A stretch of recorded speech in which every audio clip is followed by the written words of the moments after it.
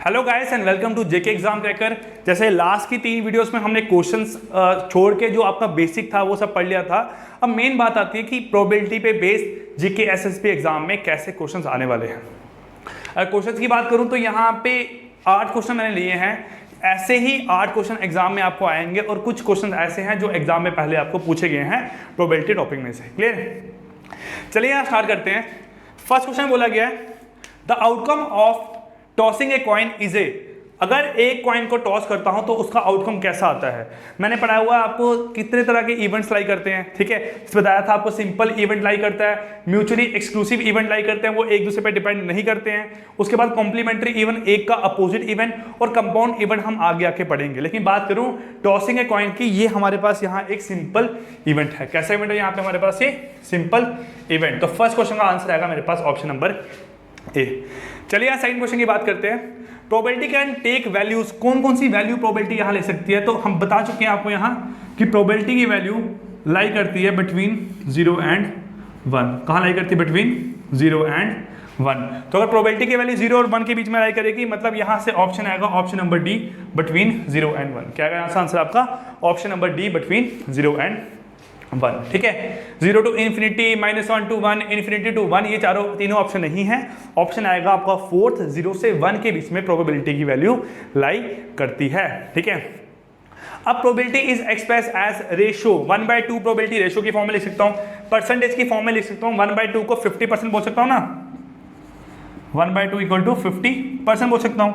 तो अगर कोई दो ऑप्शन सही लाई कर रहे हैं तो प्रोपोर्शनल की फॉर्म में भी लाई करता होगा, तो आपका आंसर यहाँ से बन के आएगा डी ऑल अबव। क्या आएगा यहाँ से आंसर हमारे पास? Option D all above. ये 3 क्वेश्चन क्लियर हुए। ये सिंपल क्वेश्चन थे, एग्जाम में ऐसे क्वेश्चंस आने वाले हैं। फोर्थ क्वेश्चन बोला गया है in tossing 3 coins at a time comma the probability of getting at most 1 head is. अगर 3 कॉइन को टॉस करता हूं तो probability of getting at most 1 head. तो अगर बात करूं probability of at most 1 head, तो एट मोस्ट 1 हेड का मतलब है ज्यादा से ज्यादा एक हेड। क्या मतलब है? क्या मतलब है यहां से? ज्यादा से ज्यादा एक हेड। अगर ज्यादा से ज्यादा एक हेड लाई करेगा, इसका मतलब हेड कितना होगा? जहां तो इक्वल टू 0 होगा, जहां हेड यहां से क्या होगा हमारे पास? इक्वल टू 1 लाई करेगा। जब आपका हेड इक्वल टू 0, जहां हेड यहां कितना होगा? इक्वल टू 1 लाई करेगा। अगर 3 कॉइन टॉस करता हूं तो 0 वाली प्रोबेबिलिटी कितनी आती है हेड की? टी कामा टी कामा टी। ये एक आपका यहाँ केस बना। नेक्स्ट 1 हेड वाली टी कामा एच कामा टी, नेक्स्ट टी कामा एच, नेक्स्ट एच कामा टी। ये हमारे पास 4 केसेस यहाँ पे लाई करेंगे, जिसमें क्या होगा? एट मोस्ट 1 हेड वाले केस में, जिसमें हेड 0 होंगे, जहाँ हेड कितने होंगे? 1। क्लियर? तो टोटल सैंपल स्पेस 3 कॉइन है, 2 की पावर 3 कितना आएगा यहाँ से सैंपल स्पेस आपकी? 8। अगर सैंपल स्पेस 8 आ रही है यहाँ से, तो टोटल प्रोबेबिलिटी यहाँ कितनी बनेगी? इस वाले केस में हम बोलेंगे 4/8 इक्वल टू 1/2। कितना बनेगा? 4/8 इक्वल टू 1/2। यहाँ पे जो आंसर आएगा वो कितना आएगा? Option number C which is equal to 1/2। ये बात क्लियर आपको यहाँ से? ये हुआ हमारे पास क्वेश्चन नंबर 4 का आंसर। ये न्यूमेरिकल बेस था, बाकी 3 टॉपिक सिंपल थे। जैसे हमने बेसिक पढ़ा है, उन्हीं बेसिक पे 3 क्वेश्चन आपके बेस थे। अब मूव करते हैं यहाँ 5th क्वेश्चन पे। देखो 5th क्वेश्चन आप लोगों ने 10th क्लास में पढ़ा होगा। ठीक है, उसके साथ साथ ये क्वेश्चन ऐसा है कि लोग इसको देख के डर जाते हैं कि 53 संडे कैसे आ सकते हैं। कुछ लोगों के दिमाग में ये कंसेप्ट होता है कि हर महीने 4 संडे, 12 महीने 48 संडे, है ना। कुछ लोग ऐसे भी हैं क्लासेस में। मैं जब क्लास लेता हूँ तो बच्चों को बोलता हूँ 1 महीने में कितने संडे आते हैं? बच्चे बोलते हैं 4। मैं बोलूँगा यहाँ से कि पूरे साल में कितने संडे हैं? बच्चे बोलेंगे 4 × 12 48। बिल्कुल, उनकी बात बिल्कुल सही है। लेकिन यहाँ देखो कैसे केस लाई करता है। यहाँ बोला गया leap year is selected at random. अगर लीप ईयर यहाँ सिलेक्ट किया तो उसकी प्रोबेबिलिटी क्या है कि यहाँ से जो आपका लीप ईयर हो, ठीक है, उसमें 53 संडे हो। उसमें कितने संडे हो यहाँ से आपके? 53 संडे। अब देखो स्टेप बाय स्टेप समझना। ऐसा क्वेश्चन एक ही बार समझोगे, उसके बाद ऐसे क्वेश्चन को देखने की जरूरत नहीं पड़ेगी। 53 संडे। देखो पहली बात है यहाँ लीप ईयर की। किसकी बात है यहाँ से? आपके लीप ईयर की। तो लीप ईयर का यहाँ से मतलब बनेगा कि 366 डेज। कितना होगा यहाँ से आपका 366 डेज। अगर लीप ईयर में 366 डेज होंगे तो इसका मतलब कितने आपके पूरे हफ्ते कंप्लीट होंगे। तो अगर आप वीक्स के फॉर्म में यहाँ से कन्वर्ट करना चाहो तो हम यहाँ बोल सकते हैं, ठीक है, 7 से डिवाइड करना पड़ेगा। तो 7 5 जा 35, 16 बचा, कितना बचा 2 जा 14 और यहाँ कितना बचा 2। कितना है यहाँ से आपका 2। इसका मतलब 366 जो डेज यहाँ बन रहे हैं वहाँ पे 52 वीक्स कंप्लीट होंगे प्लस 2 एक्स्ट्रा जिसको बोलते हैं ऑड डेज। क्या बोलेंगे 2 एक्स्ट्रा डेज। देखो वीक का मतलब ये नहीं है कि संडे को स्टार्ट होगा सैटरडे को खत्म होगा। अगर वीक वेडनेसडे को स्टार्ट हो रहा है, ठीक है, तो वो वीक आपका ट्यूसडे को जाके खत्म होगा। ये बात समझ आ रही है। अगर आपका कोई वीक मंडे को स्टार्ट हो रहा है तो वो वीक आपका संडे को जाके खत्म होगा। कोई वीक हमारे पास थर्सडे को स्टार्ट हो रहा है तो थर्सडे वाला वीक खत्म होगा वेडनेसडे को जाके। ये चीज़ आपको ध्यान में रखनी है। तो इसका मतलब जिस डे को भी हमारा ईयर स्टार्ट होगा उसके हिसाब से आपके 52 वीक्स पूरे कंप्लीट होंगे और साथ में 2 एक्स्ट्रा ऑड डेज आएंगे। यहाँ क्या आएंगे 2 एक्स्ट्रा ऑड डेज। ये बात आपको समझ आ रही है। अब देखो जो यहाँ 2 ऑड डेज हैं, जो यहाँ पे 2 ऑड डेज हैं वो क्या क्या हो सकते हैं। अगर वो मंडे होगा पहला दिन तो अगला दिन क्या होगा ट्यूसडे, एक केस। अगर यहाँ से क्या होगा ट्यूसडे तो अगला दिन क्या होगा वेडनेसडे। अगर यहाँ से क्या होगा वेडनेसडे और अगला दिन क्या होगा थर्सडे। अगर दिन क्या होगा थर्सडे तो अगला दिन यहाँ से क्या होगा फ्राइडे। ये बात आपको समझ आ रही है कि जो 2 ऑड डेज हैं वो क्या हो सकते हैं, पेयर में ही होगा ना। ऐसा नहीं हो सकता ना कि एक दिन मंडे हो अगला दिन फ्राइडे हो, ऐसा नहीं होगा।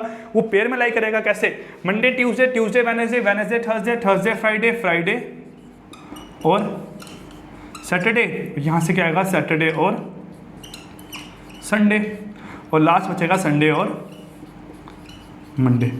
मतलब यहाँ से जो 7 दिन है, ठीक है, लेकिन आपके यहाँ जो 2 एक्स्ट्रा ऑड डेज आ रहे हैं वो 2 एक्स्ट्रा ऑड दिन कैसे आएंगे Monday Tuesday, Tuesday Wednesday, Wednesday Thursday, Thursday Friday, Friday Saturday, Saturday Sunday और संडे मंडे। ये हमारे पास 7 दिन बनेंगे।